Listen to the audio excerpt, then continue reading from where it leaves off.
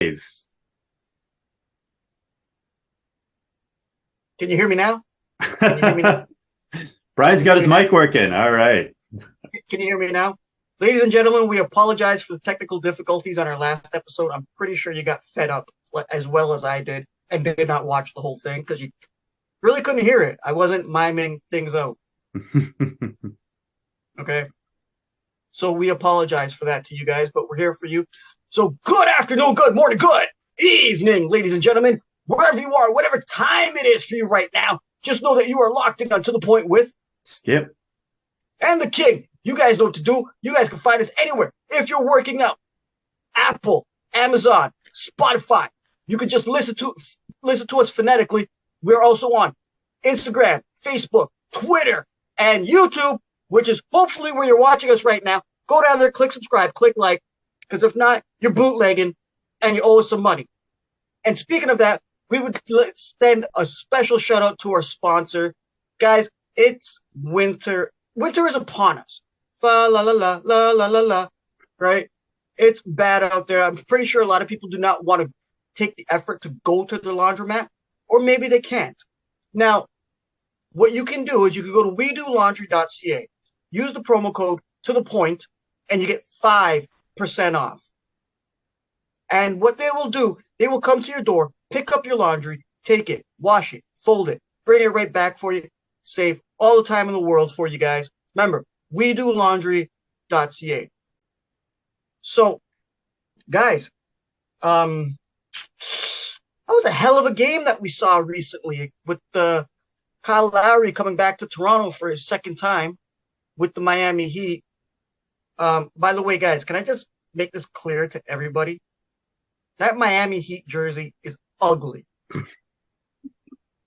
Honestly, I've watched a lot of Netflix serial killer shows, and that looks like a note a serial killer would write on the front. Like, come on, what is that? It reminds me of like Do the Right Thing. I think is that the one I'm thinking of with No, the yeah, but don't insult Spike Lee like that. Come on. He's already hurt with the Knicks. Don't do that to him. He doesn't need more stress.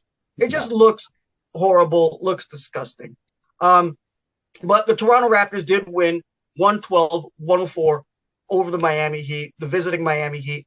And it was very nice to see Kyle Lowry come back. But there were also some other nice things to see within that game. Now, what we saw from the Toronto Raptors to pull out that win, despite over the last couple games, players in and out, injured here and there, some for long term, some short term, some back and forth. We have seen that. But with the positionless 6'9" basketball that the Raptors are currently playing and the interchangeable players, right? I want to ask you, Coach, from what you've seen from the Toronto Raptors the last two games where they won both of them. By the way, the curse is gone. From what you've seen with your eagle eyes and those spectacles you got, right? And you sitting on the bench calling the shots. The coach from the East Coast, Tim Roache. What have you seen from that game, and maybe possibly the game before that the Raptors can utilize with the interchangeability going forward from a coach's standpoint? I was not thrilled, but I was somewhat excited to see moving forward with all these injuries, what exactly we have on the bench.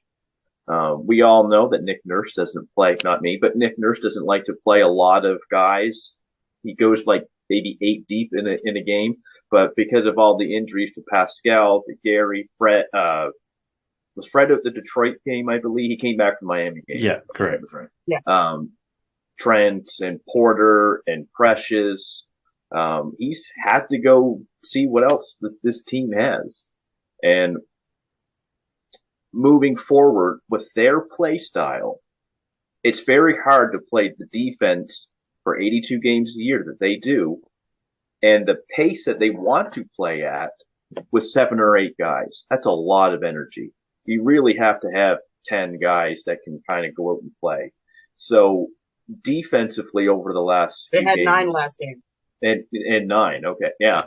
So I see kind of their defense is their identity still. And Nick Nurse will always say that. They do a lot of trapping. They do a lot of rotations. There is a lot of ball pressure. And at the rim, there's a lot of guys, because they're all like 6'9", who can protect the rim to a degree, not like a Christian Koloko can. So I think moving forward, what I've been seeing is we're seeing more guys who might be able to contribute to the rotation. Thad Young has been playing quite well for this team in the high post. We're seeing a little bit of Bo Cruz, a little bit. I've noticed Mr. Hollywood.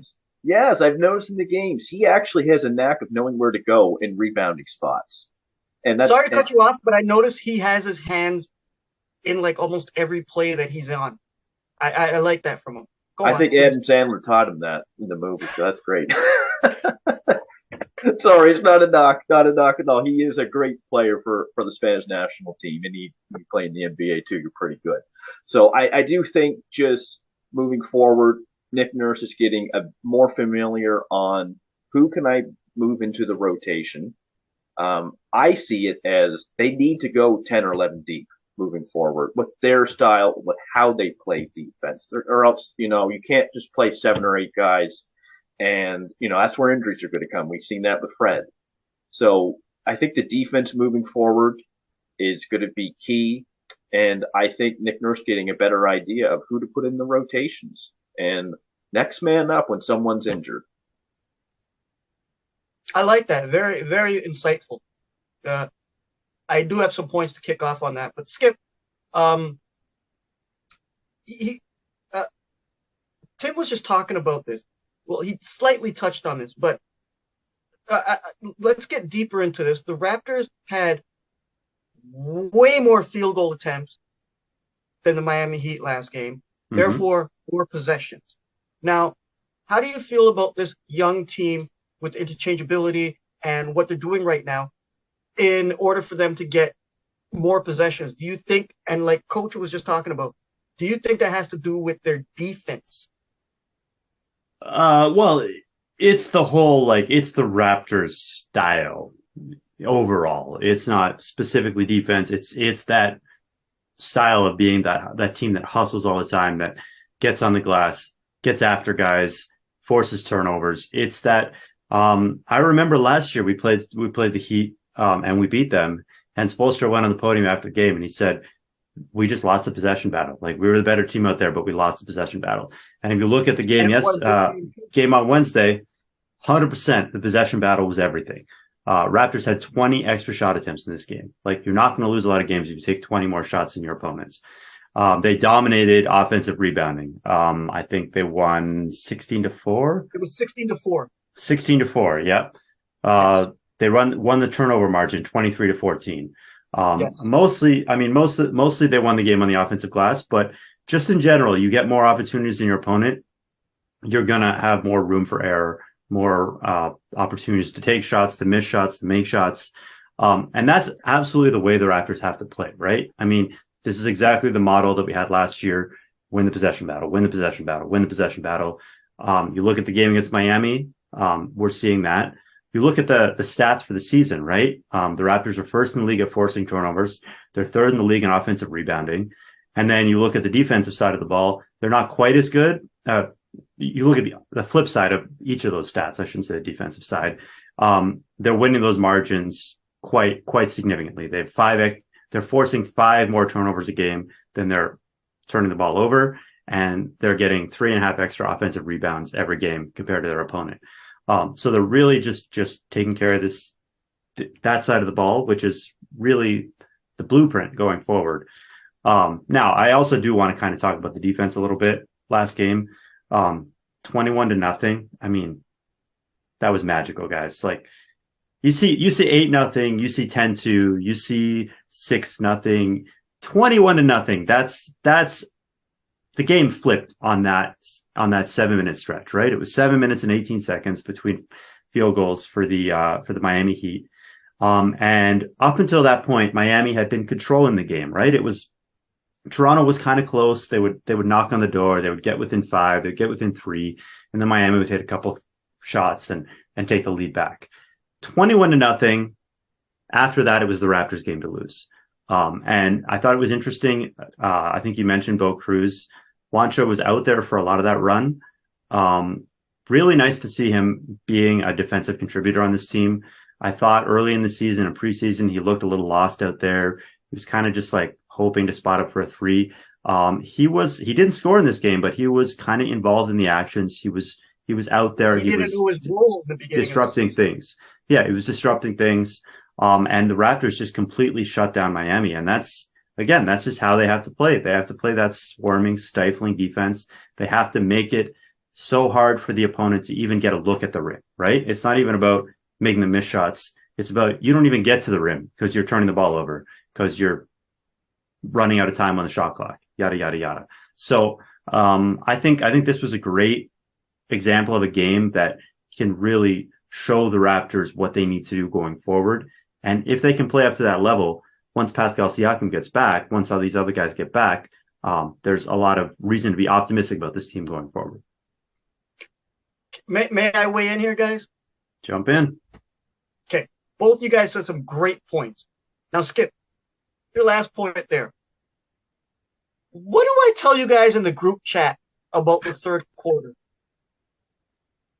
What are my words? Yeah. I don't remember your words, but yeah. You can misquote me, but I always say, show me your third quarter and I'll tell you who you are. And during that third quarter, the Raptors were down by 11. Yeah. They ended up ahead by 10, right? Now, with that said, they're So how much did they win the third quarter by?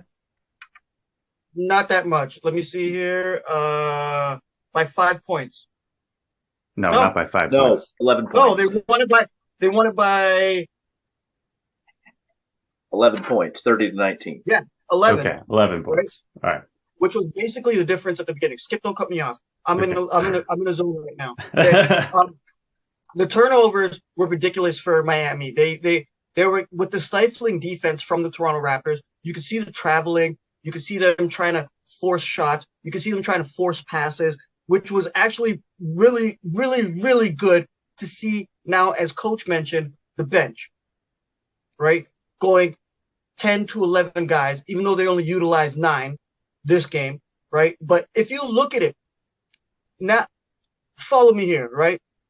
With some of the main players out, Pascal, Precious, Gary Trent, when you look at the guys that have to step up, Thad Young and Delano Banton are considered bench players. Okay, they scored together combined 17 points. The bench itself, and Skip, you were right. Mr. Hollywood did not score a point, but that bench put in 21 points as opposed to just Miami's bench of 25. Relatively close. But when you look at the players from the bench that had to move to the starting lineup with interchangeability for the Toronto Raptors, right, they were able to step it up. If they were on the bench and they could put up those numbers, the Raptors are a plus 38. They got 38 points off the bench, right? Right there. And it just shows to what Coach was just saying about different players coming up. Sorry that Delano Banton had to get injured. Unfortunate, because he looked to me very comfortable in his role. Bo Cruz finally looked very comfortable in his role, right? The game before against Detroit, or the game before that, Malachi did look pretty comfortable doing what he had to do, right? I think it was Detroit when Freddie came back. Yeah. Fred wasn't in that game, which is why Malachi got run. But go on. Anyway, they're looking more comfortable in their roles now that they're getting time off of the bench. Hallelujah! I've been saying this for like how long, guys? About a year and a half now. Like, come on, they got to use the bench, and now finally the bench is showing. And I guess this is part of Masai's madness. There's a method to his madness, right? About having these guys available. Now it's on Nick Nurse to utilize them. And Skip, we did talk about this before. now, when we did talk about the bench and you dissed me completely, that you said the only way these guys can come on are due to injuries, which will happen during the season at some point. And from what I've seen for the Toronto Raptors, with using these bench guys and the subs, right? I think going forward, they're looking really good. And yeah, they're going to help me with my bet at them at 4th in the Eastern Conference at the end of the season. But that's neither here nor there. So I would like to ask you, Coach, from what you've seen from the players, are there any certain players that you see coming off the bench that could maybe solidify a definite role other than Thad Young, Delano Banton, even Koloko? Bro, that first play as soon as he came into the game, straight up alley-oop from Freddie. Wow. Très magnifique. Do you see any certain players or anything from the Toronto Raptors moving forward due to their injuries and interchangeability within that squad? I think before all these injuries had taken place, it was looking like it was Precious and Otto and Chris Boucher. Those were like the three guys that were Nurse was playing a lot. Thad Young, the last few games, his work out of the high post, being point forward out of the high post, has been terrific in terms of guys cutting, finding the lanes, and just his presence overall. He's got that little Jalen Rose lefty hook in the lane. It's near unguardable, man. Jalen Rose was so good at that back in the mid-2000s. I see a lot of Thad doing that a lot too. In terms of someone new coming into the rotation,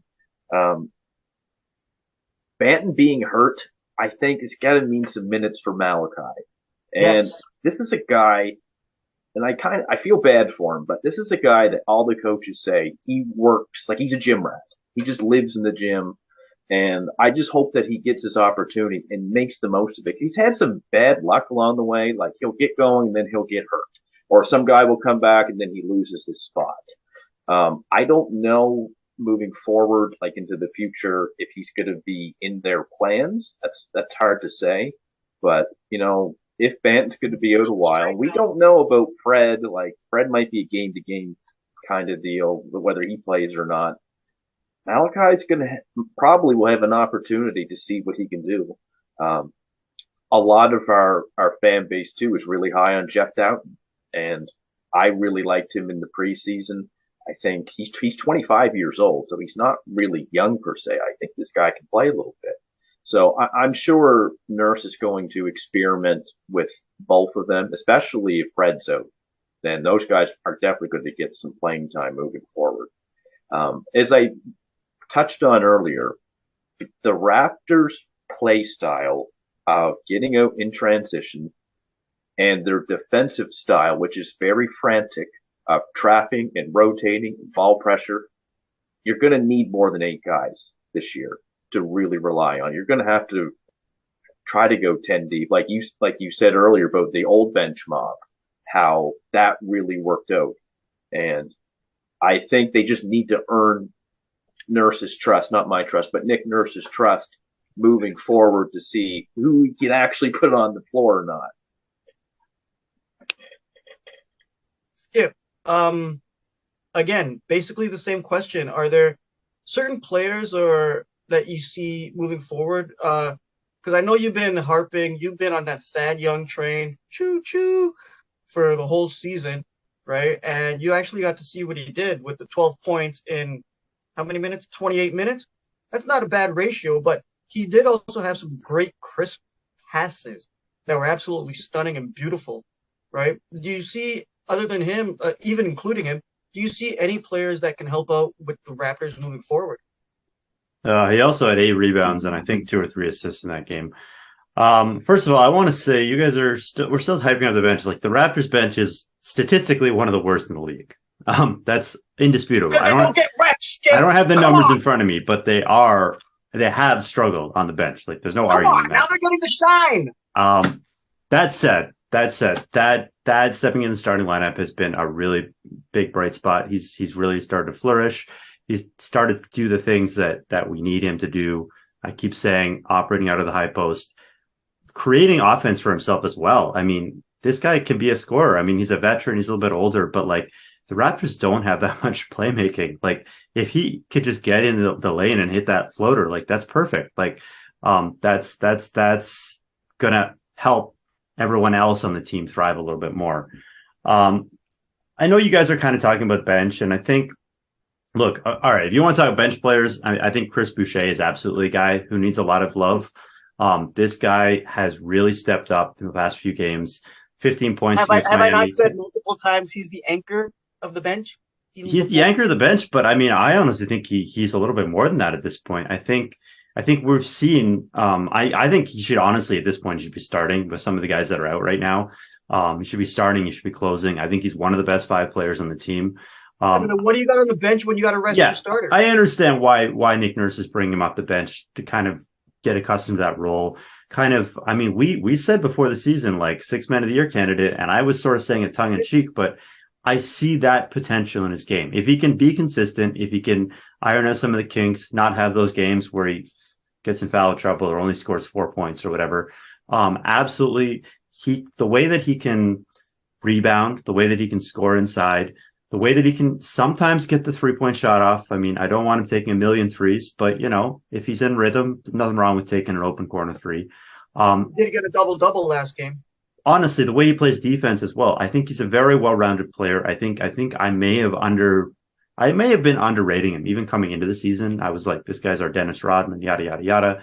He is a more well-rounded player than that, and we've seen that in the G League, and we've seen that when guys are out.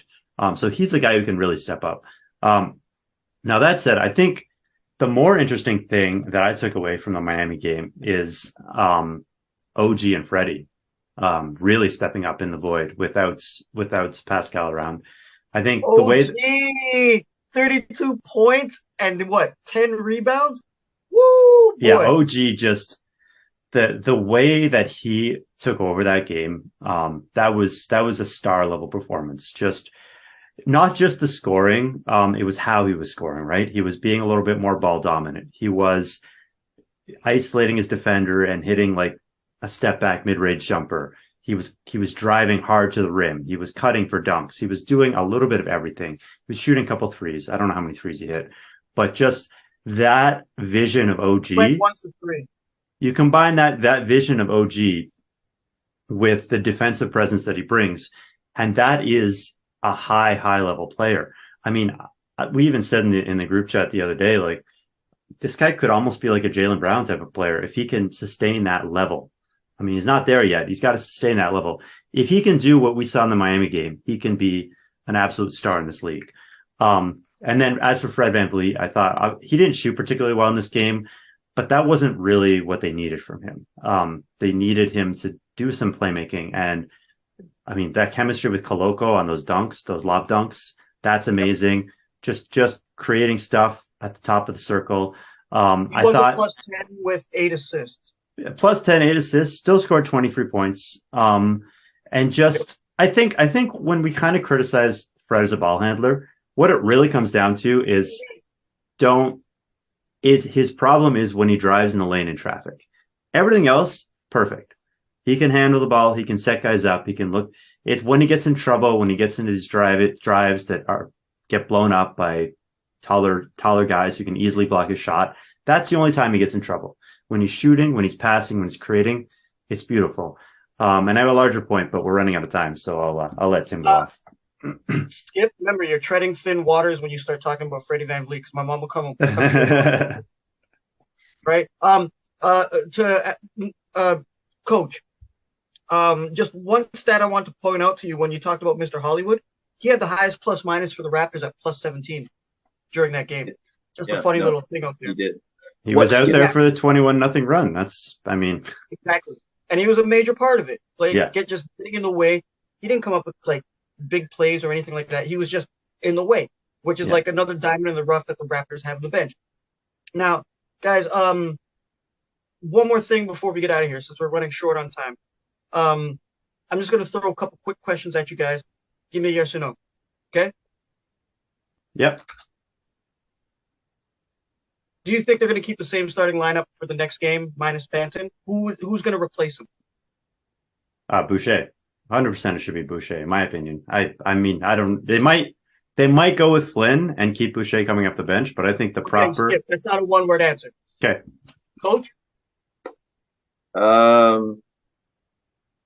Man, Nurse might go with Bo Cruz. He's that kind of like, let's just try something different. And he had the highest plus minus. Like, I think it's going to be probably someone maybe more offensively versatile, but I could be wrong on that. It might be Flynn. This might be his opportunity to do so. I agree with you. I think it might be Flynn, but I do like the idea of Mr. Hollywood in there because you might want to keep Flynn coming off the bench to back up. Yeah, no, Fred. Assuming Fred's starting, I don't think you'll see Flynn in. Sorry, I forget about that. Okay, guys. One more question. Are you guys worried about their next coming games, like against Atlanta, Dallas? Are you guys worried about those games? Skip. I mean, I have a healthy fear of those games. I don't think I'm incredibly confident with everybody hurt, but based on what I saw from my Miami game, based on the fact that they'll be well rested for these games, I think they have a much more clear path to victory in these games going forward. They're obviously going to have to be clicking on all cylinders. You look at the Miami game, almost everybody had a good game in that game. Everybody that played their role, excelled in their role. The only exception is maybe Banton, but he ended up getting hurt, so he wasn't really a factor in the second half anyway. Are you scared? Go on. Are you scared or not? No, but like I have a healthy respect for these teams. Okay, Coach? Probably my answer is similar to Skip. Last time we played Atlanta, we had a full team. We don't have Pascal. We won't have Trent. We won't have Porter. We won't have Banton. So we are down quite a few guys. This is also being played in Atlanta. They have been playing a little bit better lately. Like their record is still pretty good for the East. I expect this to be a closer game than it was in Toronto because the Raptors just ran them off the floor last time in Toronto. So I do expect this to be a bit of a closer game for sure. I think the Raptors are going to take that game, and I already bet on it because Atlanta cannot prepare for what the Raptors have to throw at them. They already knew what they were going to throw at them before, and they could prepare for it. This, they cannot. Okay, guys, this has been a wonderful conversation. We don't have much time left. Thank you guys out there for watching. Thank you, Coach Tim Roache, for joining us from the East Coast. Okay. Skip, you know I got nothing but love for you, right? And you guys know what to do. Go down there, click subscribe, find us on all social media platforms, leave a comment. We love engaging with you guys out there. We love it all the time. You can find us on Twitter, sometimes on Coach's little after game show. If Twitter is still around by the time this episode comes out. I'm not spending the $8. I'm not spending the $8. Oh, it's not about the $8 anymore. It's about just they fired everybody. Okay, well, we're not going to get into the Skip. We're not going to get into that. We have to do a whole political channel. You should go on Twitter. You should see all the. It's like goodbye everybody. It's so nice. It's like a high school yearbook on Twitter right now. Speaking of the goodbyes, everybody, we appreciate you guys. Thank you guys so much for your support. We apologize once again for our last episode and the audio quality. We have fixed that, and we will not let you down again. So on behalf of myself, the coach, Tim Roache, and Simon Brodeur, good afternoon, good morning, good evening, good night, and ice.